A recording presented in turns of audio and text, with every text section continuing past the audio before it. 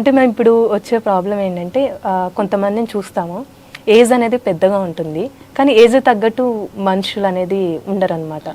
అంటే కొంచెం సన్నగా ఉండడం కానీ, మరి కొంతమంది చిన్న ఏజ్ బాడీ చూస్తే లావుగా అయిపోవడం ఇలా జరుగుతూ ఉంటుంది. ఎక్కడ ప్రాబ్లం అవుతుండొచ్చు ఇలా ఉండడానికి బాడీలో? So again that's a good question అండి. సో ఏమవుతుంది, మనం జనరల్గా ఇప్పుడు మన ఏజ్కి తగ్గట్టు నువ్వు కనిపించట్లేదురా అని అంటారు. లేదా ఇప్పుడు చాలా కామన్ గా అందరూ వాడేది ఆంటీ. ఒకప్పుడు ఏంటి అంటే పెళ్లిళ్ళు అయిన తర్వాతే ఆంటీ అని పిలిచేవాళ్ళు. ఇప్పుడు కొంచెం లావుగా కనిపించినా, కొంచెం ఆ ఫేస్ లో మెచ్యూరిటీ ఎక్కువ ఉన్నా, కొంచెం ముదురుగా ఉన్నా అందరినీ ఆంటీ అనేస్తున్నారు కదా. సో ఇది చాలా కామన్ వర్డ్ అయిపోయింది. అసలు పిల్లలు ఉన్నారు అంటే ఆంటీ అని పిలుస్తున్నారు. వాళ్ళు కూడా మన మన ఏజ్ వాళ్ళే అనే దీంట్లో కూడా ఉంటున్నారు కదా. సో ఇది ఎందుకు అవుతుంది అంటే వీళ్ళు అంటే పర్టికులర్ గా ఉమెన్ వీళ్ళు టైం టు టైం తినకపోవడం వల్ల అండ్ లాట్ ఆఫ్ స్ట్రెస్. ఇప్పుడు మెన్ని తీసుకుంటే వాళ్ళు ఓన్లీ ఆఫీస్ వర్క్ అలాగా చూసుకుని స్ట్రెస్ తీసుకుంటారంటే వాళ్ళది ఒక kind of stress, office related stress ఉంటుంది. అండ్ దెన్ ఫ్యామిలీని ఎలా రన్ చేయాలి, నెక్స్ట్ సెటిల్మెంట్స్ ఎలా చూడాలి అనే దాని మీద స్ట్రెస్ ఉంటుంది. ఉమెన్లో ఏంటి అంటే హార్మోనల్ చేంజెస్, అంటే మనకి ప్యూబర్టీ ఏజ్ ఉంటుంది అండ్ దెన్ ఫ్యామిలీని రన్ చేయడము.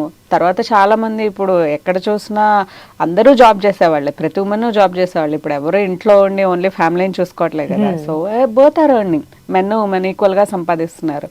సో ఫ్యామిలీని చూసుకుంటూ మళ్ళీ వర్క్ని చూసుకుంటూ ఆ స్ట్రెస్ వల్ల, హార్మోనల్ చేంజెస్ వల్ల ఎక్కువ అంటే ఏజ్ కంటే కూడా ఎక్కువ పెద్దగా కనిపిస్తున్నారు.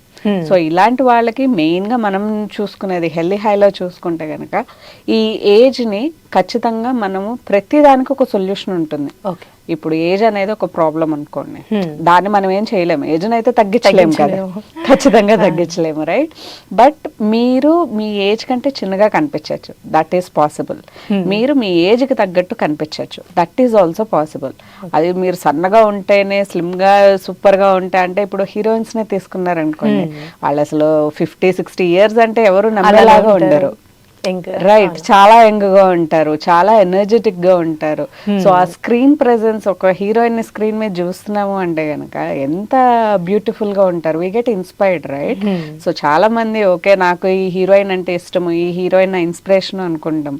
అదే సేమ్ మనమే వాళ్ళ అంటే మనం స్క్రీన్ ముందర హీరోయిన్ గా కనిపించక్కర్లేదు, but we can maintain that kind of health, we can maintain that kind of beauty.